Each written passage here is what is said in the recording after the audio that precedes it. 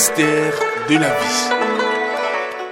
Et pourtant, une des tâches des vrais fravis, c'est de manger de ce qui est mortel pour en faire du vivant, assimiler ce qui n'a pas la vie, en soi, notre corps, le monde, la matière, pour en faire le lieu même de la manifestation de l'être.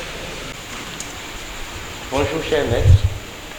D'après mes expériences, je voudrais comprendre un peu plus ce que c'est que la vie. C'est bizarre, tous les hommes de la terre veulent savoir ce que c'est que la vie. Ce qui est important, c'est que la vie elle-même se demande ce qu'elle est. Et cette interrogation devient la curiosité de chaque partie de ce tout qui est vivant. La vie ne peut qu'être vie, autrement elle ne peut pas être autre chose. Lorsque rien n'existe, il n'y aura que la vie qui existera. Vos cheveux vivent, mais vous n'avez jamais demandé à vos cheveux si elles vivent. Autrement, pourquoi en Afrique, chaque partie du tout entre dans une composition mystique donnant droit à un travail spécial?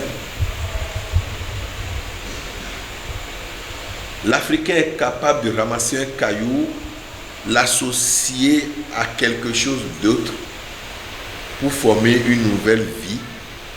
Autrement, il appelle un talisman.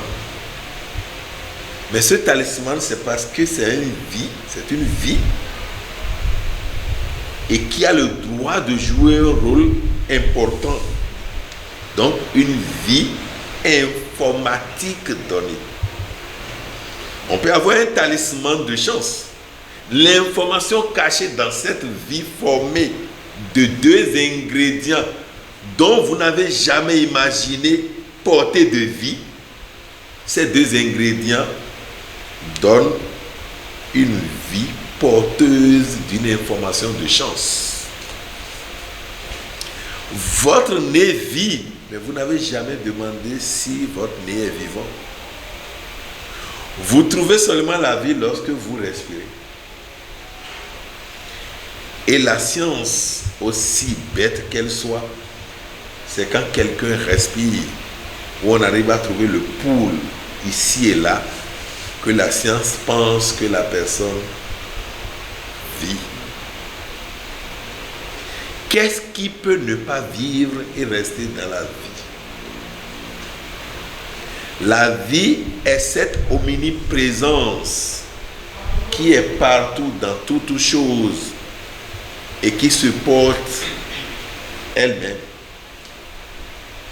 L'arbre vert vit, autant l'arbre mort vit. Mais le niveau de vie peut ne pas être le même.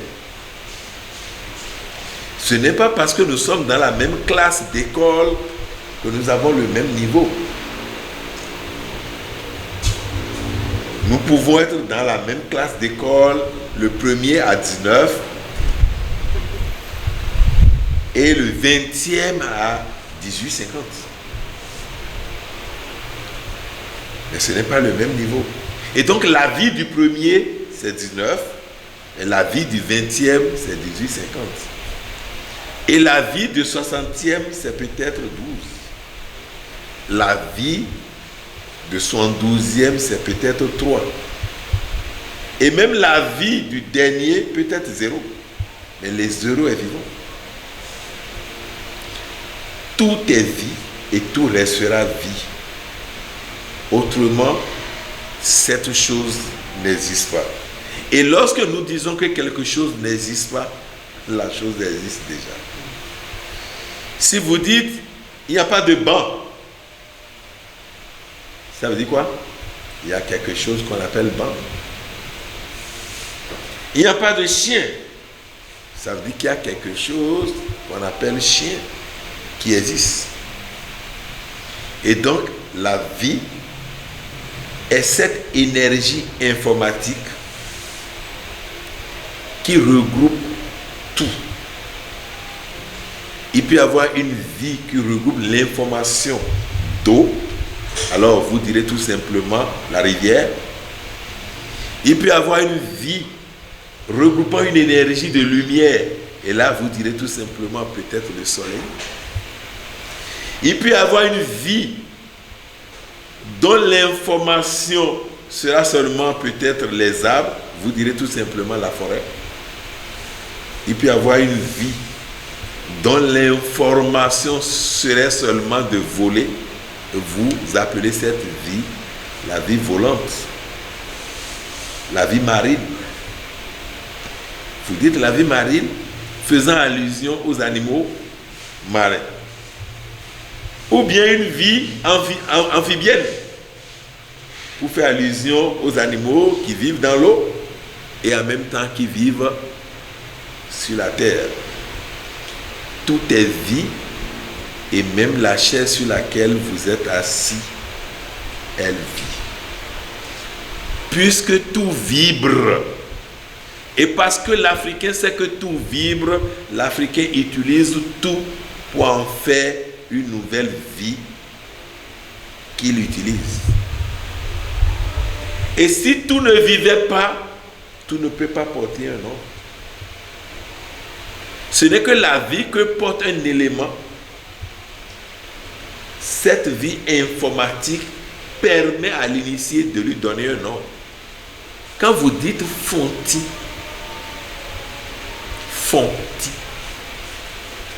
qui veut dire l'arbre de réveil. Fifoncianti, l'arbre de réveil. Et l'arbre de réveil est en même temps l'arbre d'éveil. Cherchez les feuilles de cet arbre, plus un peu de son écorce calcinée, mettez ça dans le miel, lapez, faites laper un enfant, vous réveillez sa conscience, son intelligence, parce qu'il sera en éveil. Et dans le fond, il dormait trop. Maintenant, il va se réveiller. Maintenant, il fontit. Et on trouve cet arbre beaucoup où? À Abomey. Et les Aboméens sont appelés comment? Les fonds. Ce n'est pas un hasard. Merci, Père profond. Quand vous étiez en train de définir la vie, vous avez mentionné qu'elle contient des niveaux, où chacun vit à des niveaux donnés, si j'ai pu comprendre.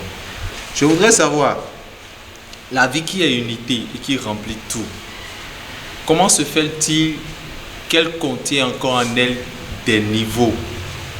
Est-ce que si elle contient des niveaux, est-ce là on peut encore parler d'unité pure et parfaite?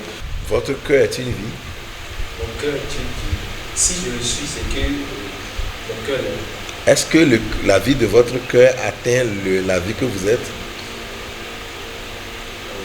Oui. La vie de votre cœur. Si je peux le dire, c'est la vie que je suis qui fait. La vie que vous êtes ne peut pas exactement être la vie de votre cœur. Parce que la vie du courant domestique 220 volts n'est pas la vie qui vous permet de charger votre portable.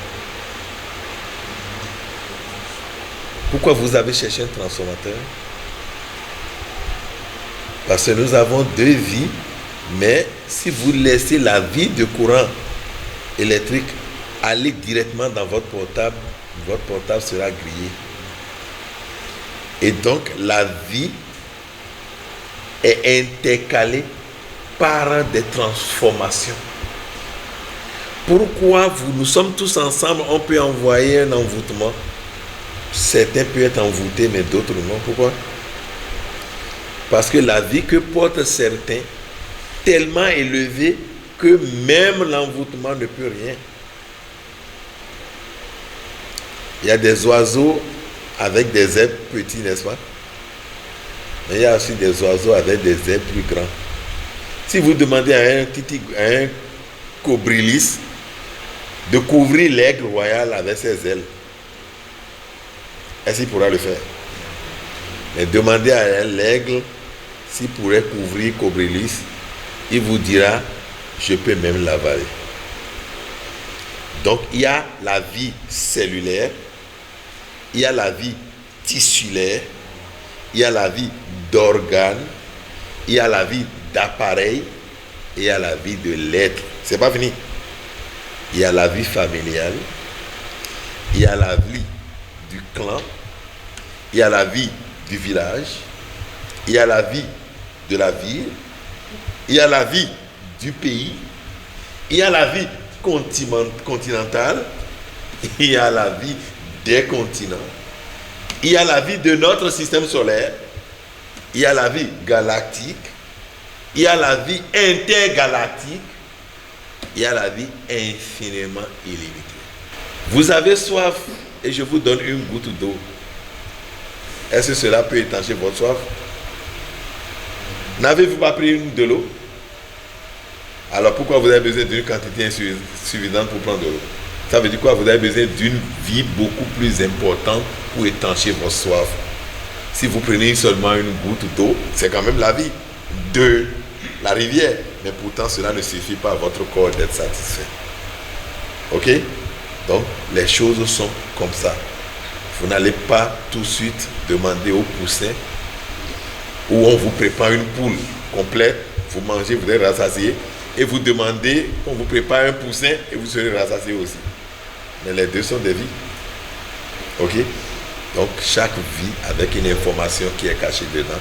Mais toutes les informations sont dans toutes les vies et l'ensemble fait le tout. Mais vous ne pouvez pas manifester le tout en même temps. Autrement, vous allez connaître la séparation.